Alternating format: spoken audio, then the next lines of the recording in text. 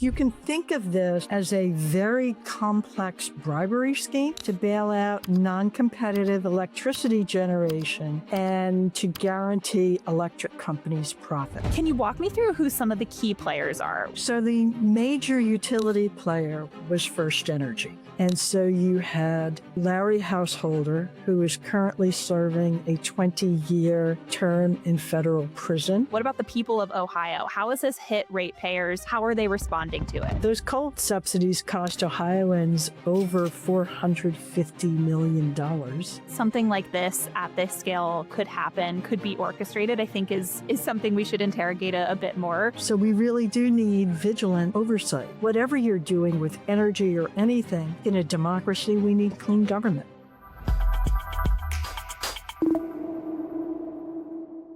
Bribery.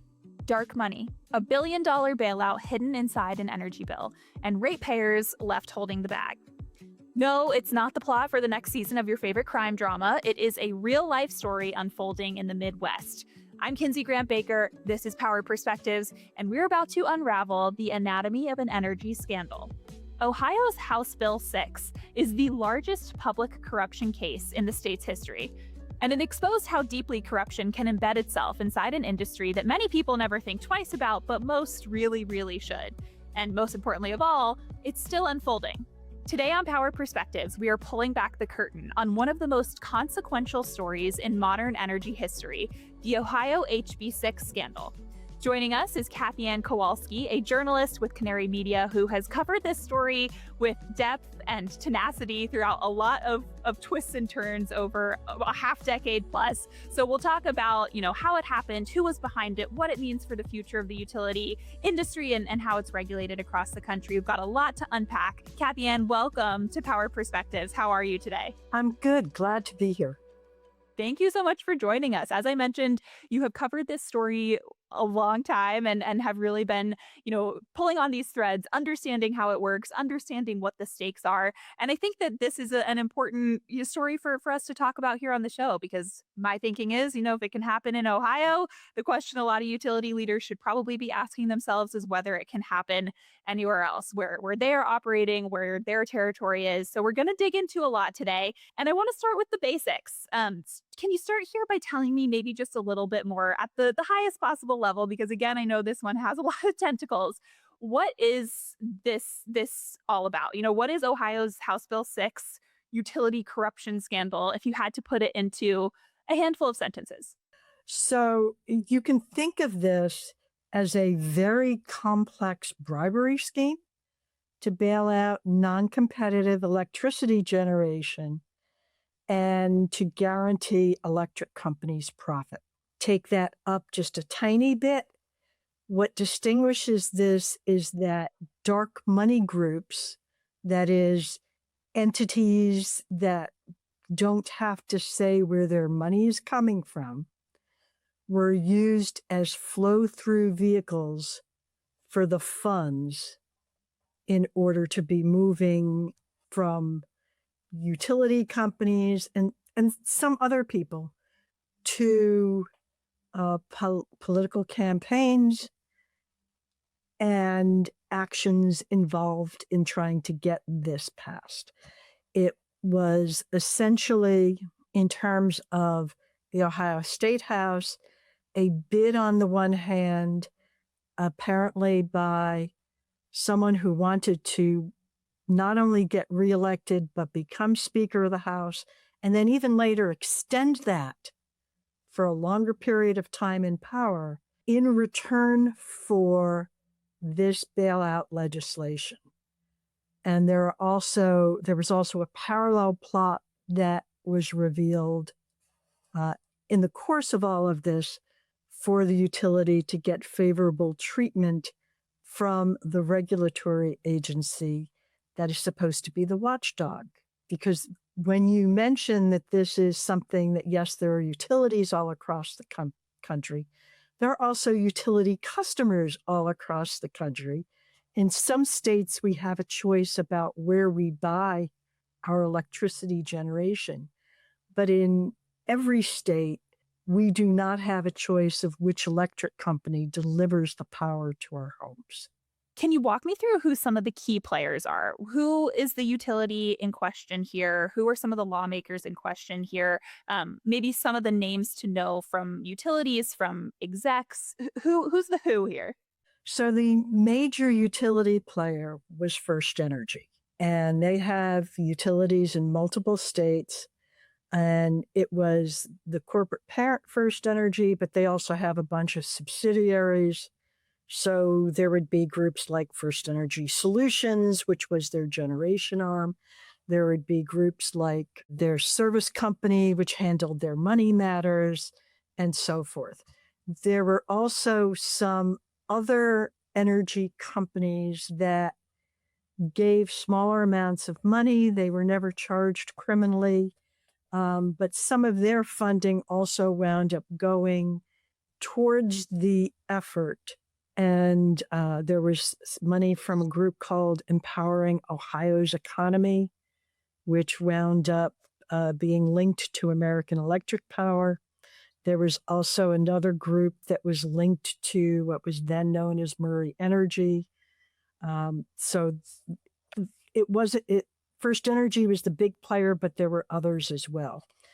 On the other side of the equation, at First Energy, at one point in the proceedings, there was a federal judge who demanded of the lawyers who paid the bribes. And the answer that came from First Energy's lawyers pointed to two former executives, Chuck Jones and Michael Dowling. Now, on the other side of the scale, we had people involved taking the money, getting money. And so you had Larry Householder, who is currently serving a 20-year term in federal prison. You had Matt Borges, a lobbyist and former head of the Ohio Republican Party, who is finishing up a 5-year term. You also had Juan Cespedes, who was a lobbyist, who took a plea deal. You had Jeff Longstreth, who was running a dark money group called Generation Now, and he took a plea deal. And you also had Neil Clark, a lobbyist, who died in, I believe it was 2021, might have been 2022. But you also had Neil Clark, a lobbyist, who died. Additionally, when you got to the regulatory side of things, you had Sam Randazzo, who had been a longtime power player in Ohio's electric utility scheme, representing large industrial companies. And power player was not just a pun there, that he was known as the Randazzler. And he eventually became head of the Public Utilities Commission. And there were about $4 million plus 4.3 that went from First Energy to Randazzo weeks before he became head of the Public Utilities Commission. So those were the major players. Generation Now is important because that was kind of the central dark money group that Householder used. When I say a dark money group, often we're talking about that in a political context. And under a 2010 Supreme Court decision, those are entities that can do unlimited spending on issues or for or against candidates, but they are not supposed to be affiliated with a candidate's campaign. They're supposed to be independent spending. In this case, there was evidence that was pretty clear that Householder was calling the shots on what went on with Generation Now. So with all of these many players, and also Householder as the Speaker of the House is just a great name. Like, it feels like that was written by an author. It's a terrific name. Really holding on to that house. Yeah. I think all of these names, lots of moving parts, lots of different entities, lots to keep track of. The simple idea here is First Energy siphoned money in some capacity to lawmakers who in favor kept non-competitive generation sources up and running gave them in turn favorable regulation. Is that kind of the most sort of dumbed down version of what Right. happened? That's the most Okay. simplistic version. So let's talk about these non-competitive generation sources. What were they? Are they still running today? What is the energy at the kind of core of this utility scandal? So you have to go back actually a little bit in time. First Energy and other utilities First Energy and AEP and eventually other utilities started trying to get bailouts for power plants around 2013, 2014. And the reason was they were having trouble competing. A 1990 law said we're moving to an open market for generation, and the utilities were not used to that. So they were trying to get bailouts. There were regulatory decisions that wound up in early 2017, starting a bill charge that was eventually ruled unlawful, but still raked in about $450 million the company did not have to give back. For First Energy, there were their two nuclear plants in Ohio, the Davis-Besse plant out west of Cleveland and the Perry nuclear plant about an hour east of Cleveland. In addition, there were several coal plants that First Energy had, and the other utilities had coal plants they had wanted bailouts for. And there were also two 1950s era coal plants, one of which is actually across the river in Indiana, but lawmakers didn't much care about that, that they wanted subsidies for. There were rulings that eventually, the Public Utilities Commission was willing to allow subsidies. And then there were proceedings at the Federal Energy Regulatory Commission. They said, wait a minute, we're going to take a hard look at this to make sure it's not a sweetheart deal because, FERC is charged with having a competitive market. And at that point, the utilities kind of backtracked. And then in the summer of 2016, there were all these bizarre goings on at the Public Utilities Commission, where First Energy's request kept getting higher and higher. At one point, it was like really out of the ballpark. And finally, the PUCO ruled, in October 2016, we're going to give you this unlawful charge that I mentioned. Well, then in 2017, you have another session of the legislature. First Energy goes in and they have a nuclear ZEN bill, ZEN standing for zero emission nuclear, which basically would have subsidized the two nuclear plants. And it was not popular.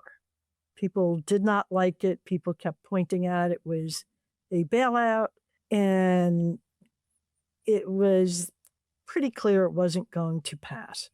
In addition, you had a bill for legacy generation that was supposed to be deemed essential to national security.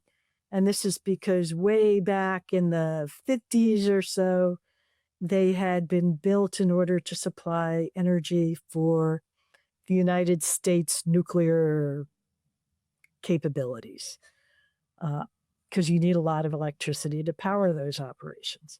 And so that bill for the two plants called the OVEC plants, stands for Ohio Valley Electric Corporation, was introduced, and that was not at all popular either. And OVEC, by the way, is owned by the four Ohio utilities. First Energy got kind of a dispensation from its bankruptcy proceedings, but then had agreed in the course of that, okay, we'll pay some of it in order to settle a bankruptcy. And some other utilities out of state. But these are old plants, right? And in the meantime, you had, starting around 2010 and then allowed by law in Ohio starting in 2012, the fracking expansion. And so you suddenly have a lot of relatively cheap natural gas coming on the market, and that is competing with coal. That's why coal isn't competitive. And starting around 2013, 2014, you started to have prices for solar and wind coming down as well. And so, that was all going on. There also had been efforts in 2013, 14, 15, and 16, 17, and 18 to try to get rid of Ohio's clean energy standards. That included a renewable energy standard where utilities were supposed to get increasing amounts of their generation from solar or wind.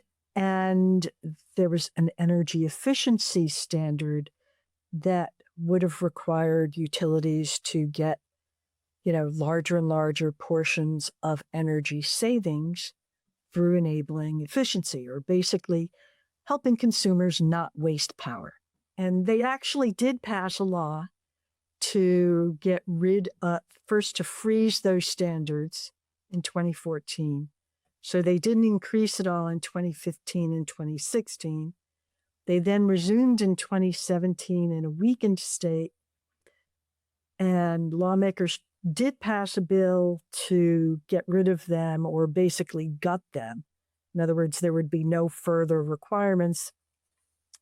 Then Governor John Kasich vetoed that bill.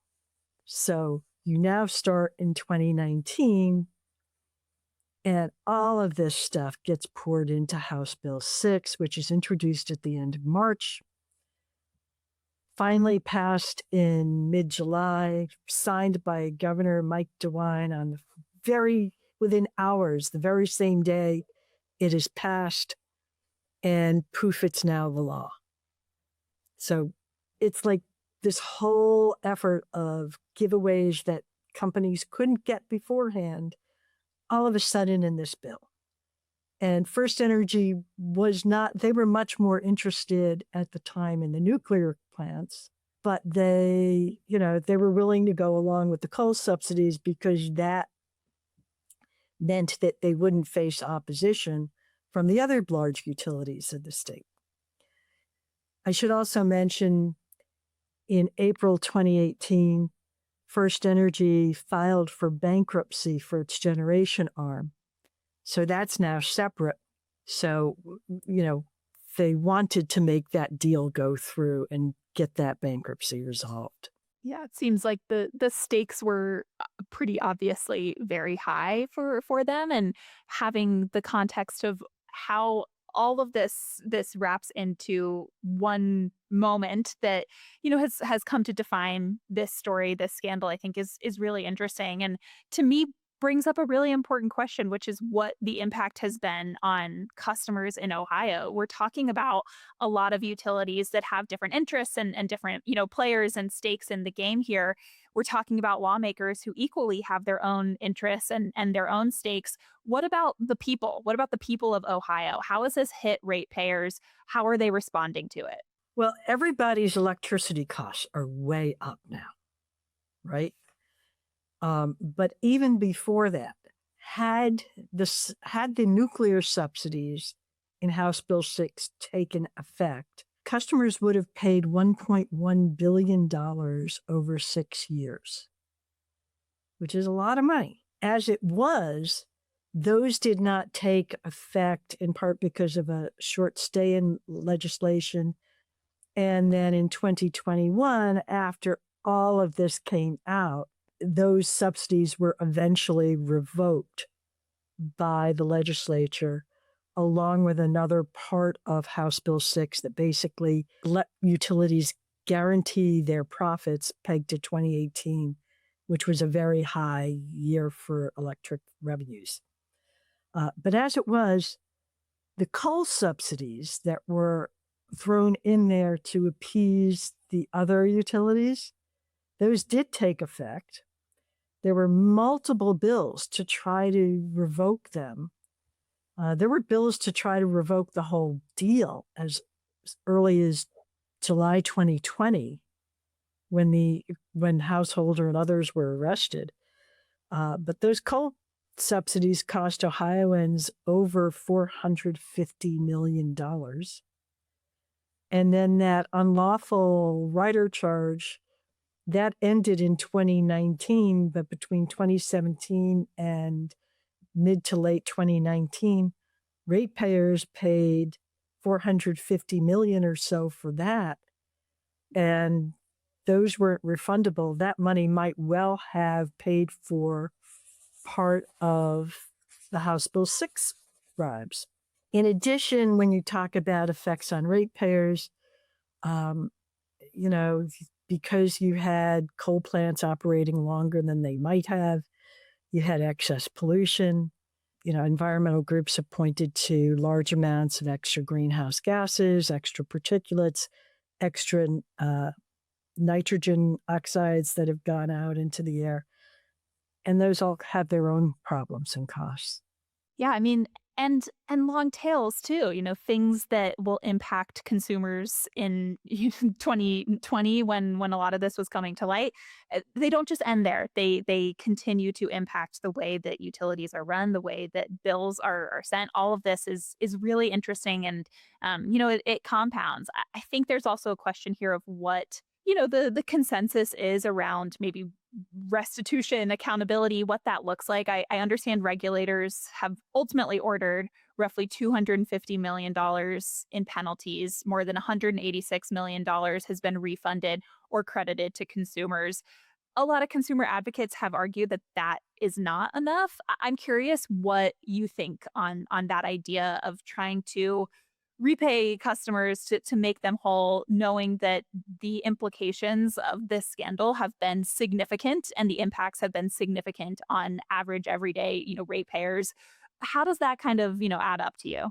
There have been bills in the legislature for close to a decade now to try to get lawmakers to say, hey, if a charge is unlawful, refund it. The Ohio Supreme Court has interpreted a couple of older cases to say you can't have refunds of rates paid to an electric company. And they have read that to say no riders, correct? So ideally, it would be great to say, yes, if something is unlawful, you have to refund it. And the provision that may also help would be to see something that says, hey, you don't get to collect something until the court rules whether it's lawful or not, right? Because that's how a lot of these charges get collected, right? They wouldn't need to be refunded if they had already had their lawfulness litigated. In terms of the amount that First Energy Utilities paid, that's a judgment call by the lawyers for the different parties. And so, it was probably about half, less than half of what some of the briefs in those regulatory cases had been seeking. But again, it's a judgment call any attorney makes when they resolve a case. There was a stipulated resolution, and so I personally can't challenge that. Yeah, fair enough. I think there's also a larger question here about maybe what this story, this scandal says about the industry's lobbying culture as a whole. That something like this at this scale could happen, could be orchestrated, I think is something we should interrogate a bit more. Oh yeah. What do you think that this story means for, how utilities should maybe audit, revisit, rethink, be a little more thoughtful about maybe some of the relationships that they have with government affairs kind of operations or orgs? I think we need a lot more transparency. Then again, I'm a reporter. I always want more transparency. Um, part of me when there was the settlement announced of the fourth regulatory case was, gee, there won't be a hearing and more witnesses on the stand, right? I think there should always be transparency in government, and that's just my personal view. but a lot of what happens goes on behind the scenes and often behind claims of confidential documents and so forth. One of the things that we saw last summer when these regulatory cases were being heard was that there hadn't been changes in auditors, right? And so if the same person is reviewing what the company gives them and only what the company gives them, that has raised questions, at least with some critics. I think, one of the things that makes this more difficult is that this is complex, right?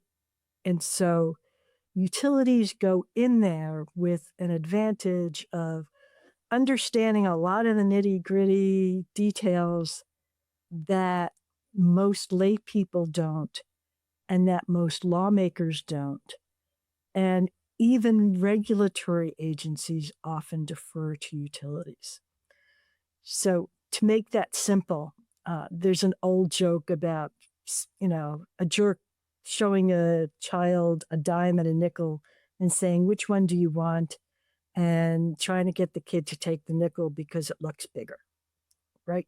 Well, in utilities, you wind up with a lot of jargon, and people really, really throw around the jargon as much as possible to camouflage what things really are. So, for example, these coal subsidies I talked about were not called coal subsidies. It was like the legacy generation rider, right? Um, it sounds so nice and so benign.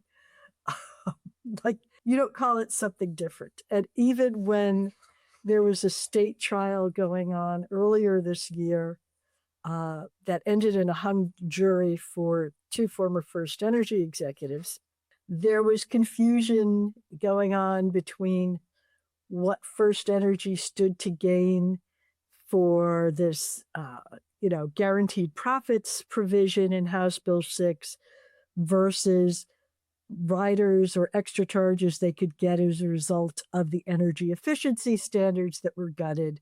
And the issue there was they're two different things, right? But because they sounded so weird, it was easy, it was easy to confuse people. And I think utilities take advantage of that. I think any company will try to take advantage of that, but what distinguishes utilities again is we don't have the choice of who's delivering our electric power. So we really do need vigilant oversight. Yeah, it's a perfect segue too to talk about what that oversight looks like and how it might change in the post HB6 world. You make such an important point that utilities are notoriously complicated. Their business models all kind of look a little different from what the average everyday person might expect. The ways that they're regulated can differ from state to state, from utility to utility. How does any of that change? I'm curious because of what happened in Ohio, if at all. How does the job of the regulator shift, the responsibility of the regulator shift, knowing that something like this happened and knowing that the impact on customers, on everyday people in Ohio is still ongoing and likely will be for some time to come?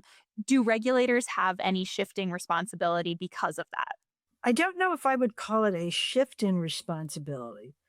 I would say that it was interesting to watch the hearing last November when the regulators announced the penalties they were assessing in the regulatory cases.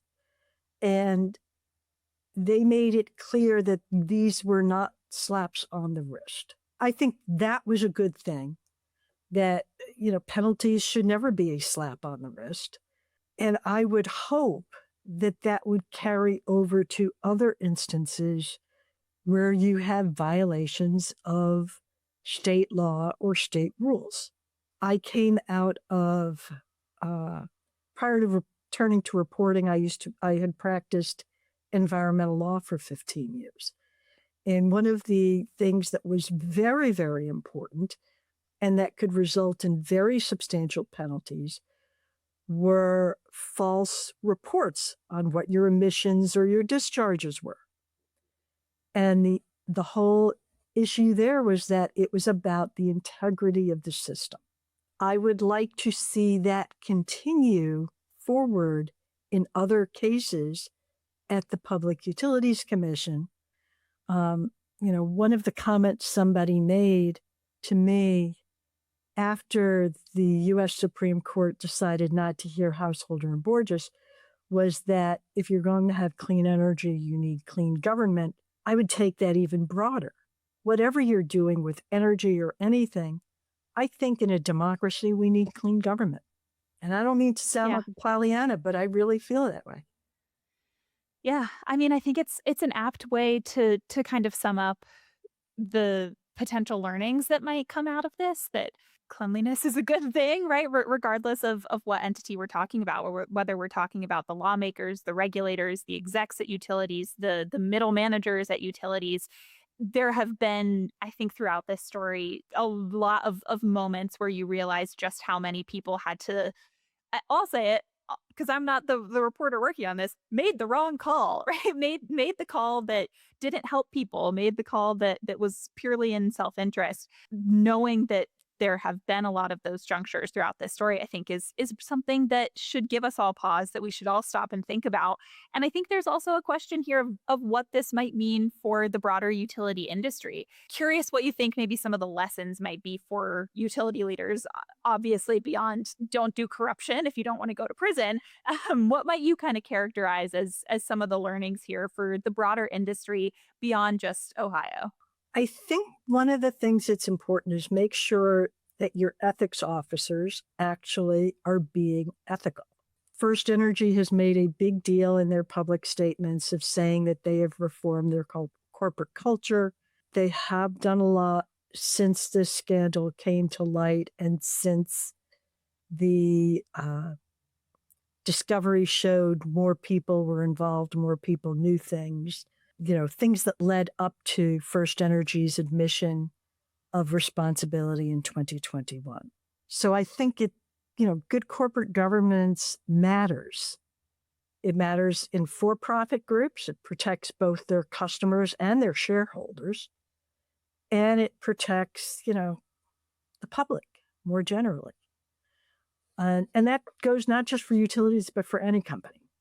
So I think the lesson for utilities is make sure that you step up your ethics work. Make sure that your disclosures are full. I would love to see regulators provide more information to the public sooner. One of the things that was frustrating was that in the regulatory cases, a lot of documents were marked confidential.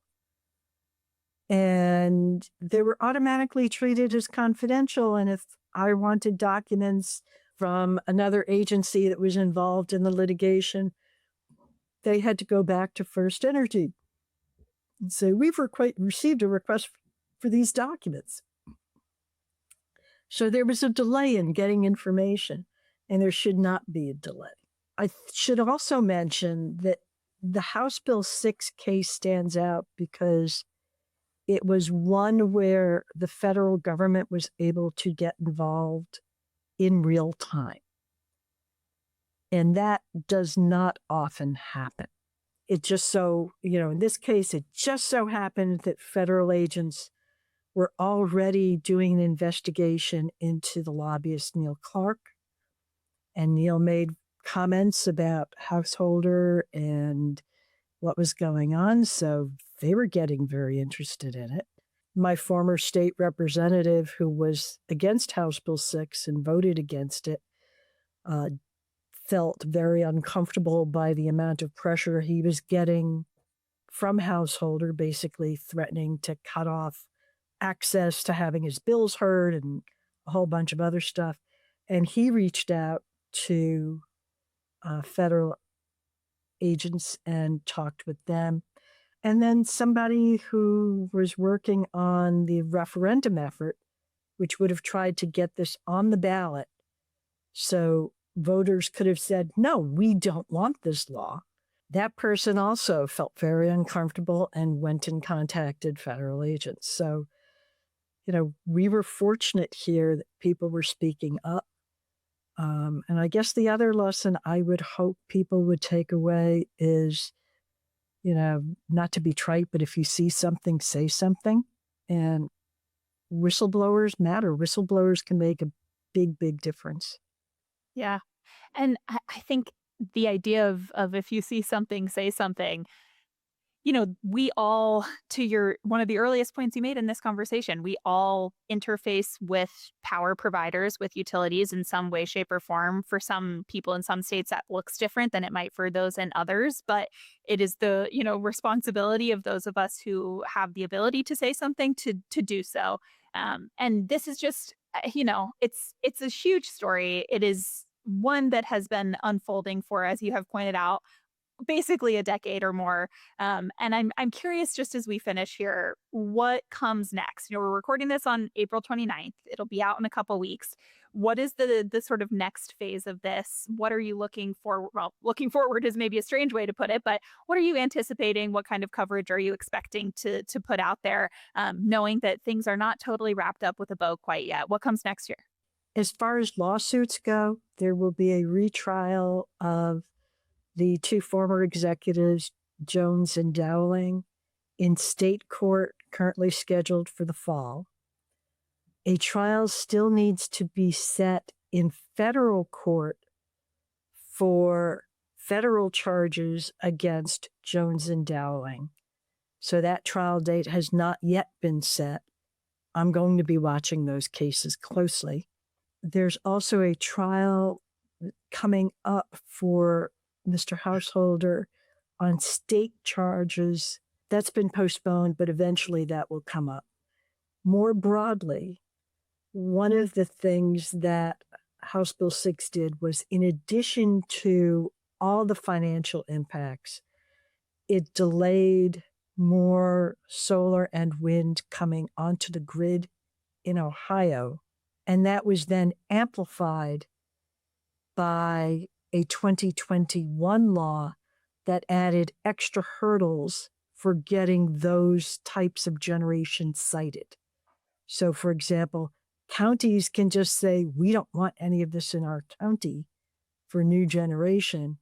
And even for projects that should not be subject to that provision, regulators at the Ohio Power Siting Board have kind of decided that if local townships abutting a project or part of the project don't like it, and they're referring to the township trustees, then they will deem it not in the public interest. Well, that doesn't hold true for a natural gas plant or coal or nuclear or any natural gas drilling or pipelines or anything like that.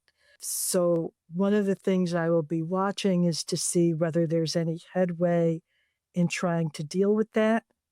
And I will also be watching whether anything is done to, at a minimum, restore some sort of energy efficiency provisions for utilities to provide programs to customers. There are some things people can do in the market, but the utility programs generally have been shown to be more efficient.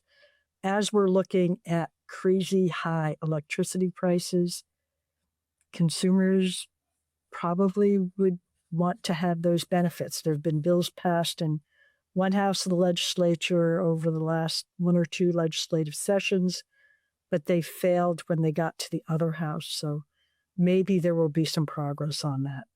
Yeah. One of the many, many long-term implications and consequences of a corruption case like this one, and one that I am eager to continue reading your coverage on. Kathy, this has been so wonderful to really dig into this, to wrap my arms around it to the best of my ability. Your coverage has been impeccable, very detailed. It's very clear that you have been following this so closely. So I appreciate you coming to Power Perspectives today to share a little bit more about how we got here and, importantly, what we can learn from it. Thank you so much for joining me. You're welcome. Glad to be here. Thank you. Thank you once again to all of our listeners for tuning into this episode of Power Perspectives. We will link some of Kathy's work covering this story in the description of the episode.